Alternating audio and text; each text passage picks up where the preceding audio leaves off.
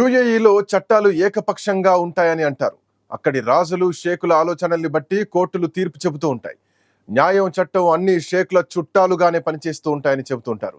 సరిగ్గా అలాగే జరిగింది. 4 నెలల శిశువును హత్య చేసిందని ఆరోపిస్తూ మోపిన కేసులో గుజరాత్కు చెందిన ఓ మహిళ ప్రాణాలు గాల్లో కలిసిపోయాయి. తాను దోషిని కాదని ఆమె చేసిన వాదనలన్నీ అరణ్య రోదనలుగానే మిగిలిపోయాయి. చివరకు గత నెల 15న అక్కడి ప్రభుత్వం ఆ యువతిని ఉరితీసి శిక్షను అమలు చేసింది. అయితే ఇది ఒక్క మహిళ విషయంలోనే జరిగింది కాదు.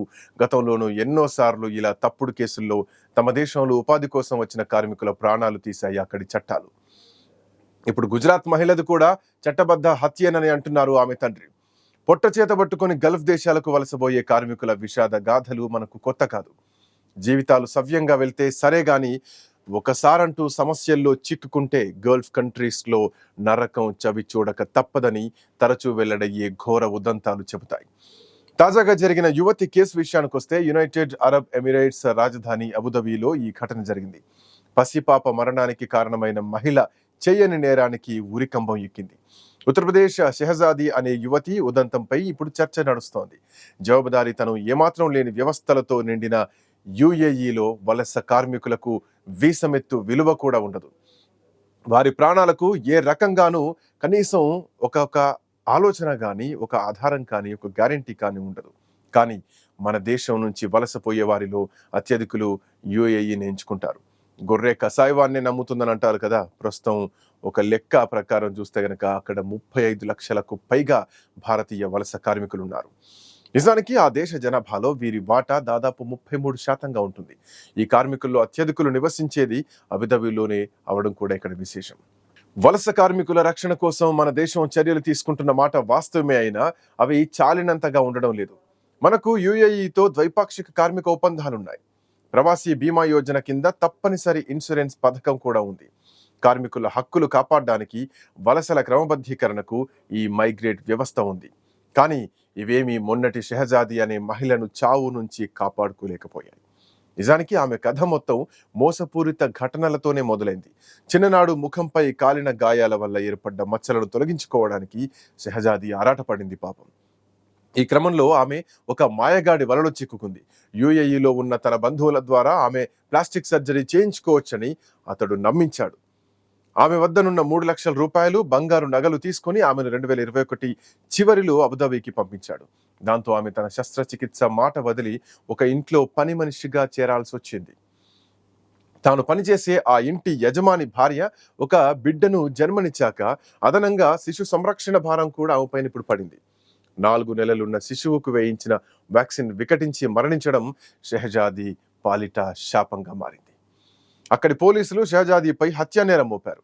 2022 డిసెంబర్లో ఈ ఘటన జరిగిన నాటి నుంచి దర్యాప్తు పేరుతో ఆమెను జైలు పాలు చేసిన పోలీసులు 2023 ఫిబ్రవరిలో లాంఛనంగా అరెస్ట్ చేశారు. కోర్టులో విచారణ తంతు నడిపించి ఆమెను దోషిగా తేల్చారు.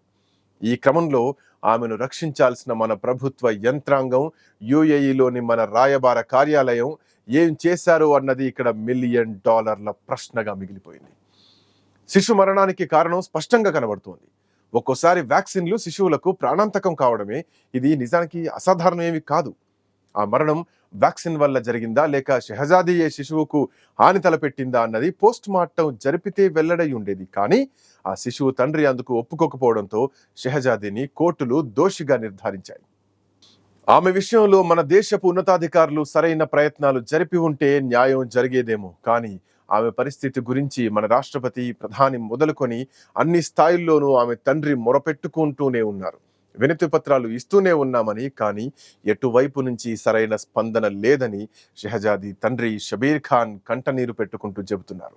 ఆఖరికి తమ కుమార్తె బతుకుందో లేదో చెప్పమని ప్రభుత్వాన్ని ఆదేశించాలని కోరుతూ ఆమె తండ్రి ఢిల్లీ హైకోర్టును ఆశ్రయిస్తే తప్ప నిజమేమిటో వెల్లడి కాలేదు.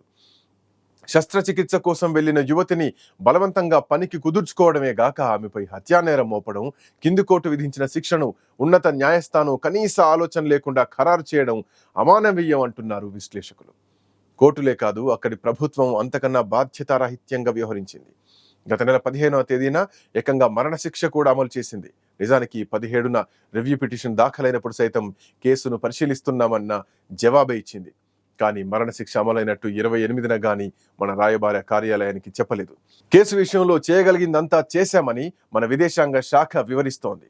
ఆమె తరపున క్షమాభిక్ష పిటిషన్ దాఖలు చేయించామని, చట్టాలు కఠినంగా ఉండడంతో ఆమెను కాపాడుకోలేకపోయామని అంటోంది. కానీ 2 ఏళ్లుగా నలుగుతున్న ఈ కేసు ఐక్యరాజ్య సమితి, మానవ హక్కుల సంఘం, ఇతరత్ర హక్కుల సంఘాల దృష్టికి వెళ్ళిందో లేదో కూడా ఎవరికీ తెలియదు. ఉసురు తీసే ముందు చివరి కోరికగా తల్లిదండ్రులతో మాట్లాడించినా అది 2 నిమిషాల ముచ్చటే అయింది. సంపన్నవంతమైన దేశంలో కాయా కష్టం చేస్తే మంచి సంపాదన ఉంటుందని భావించి చాలా మంది అక్కడికి వెళ్తూ ఉంటారు. కానీ 50 డిగ్రీల సెల్సియస్ ఉష్ణోగ్రతలో అత్యంత దారుణమైన పరిస్థితుల్లో పనిచేయాల్సి ఉంటుందని చాలా మందికి తెలియదు. మిడిల్ ఈస్ట్ లో ఉద్యోగాల కోసం వెతుకుతున్న భారతీయుల కష్టాలను వర్ణించే మలయాళ చిత్రం అడు జీవితం గల్ఫ్ కార్మికుల కష్టాలను కళ్ళకట్టింది. అభం శుభం ఎరుగని యువత ఎలా ఏజెంట్ల చేతుల్లో మోసాల పాలవుతున్నారో చక్కగా చూపించారు.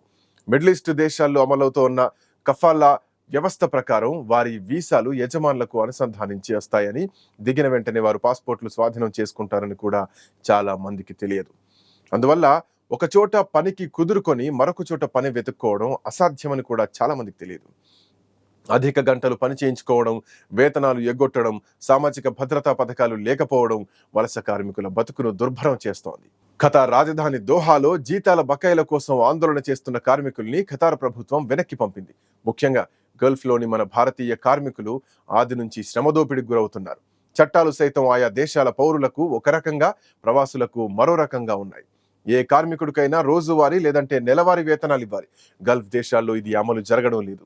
ఏజెంట్లు కంపెనీలతో కుమ్మక్కై అతి తక్కువ వేతనాలను కార్మికులకు ఇస్తున్నారు. ఇక స్థిరమైనటువంటి ఉద్యోగాలు లభించడం కూడా లేదు. ఉద్యోగ భద్రత గగనమైపోయింది. కంపెనీలు స్వార్థ ప్రయోజనాల కోసం వారిని వాడుకుంటున్నాయి. వారి పాస్పోర్ట్లను స్వాధీనం చేసుకుని అతి తక్కువ వేతనాలు ఇస్తూ పనులు చేయించుకుంటున్నాయి. మరికొన్ని కంపెనీలు వేతనాలు ఇవ్వడంలో నెలల తరబడి లేట్ చేస్తున్నాయి.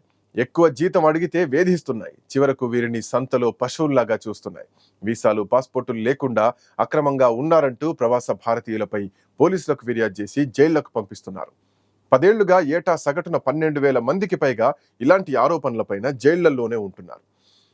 ఇటు దేశంలో దశాబ్దాలుగా ఎన్ని ప్రభుత్వాలు మారినా గల్ఫ్ దేశాల్లోని ప్రవాస భారతీయుల దయనీయ పరిస్థితి మాత్రం మారడం లేదు.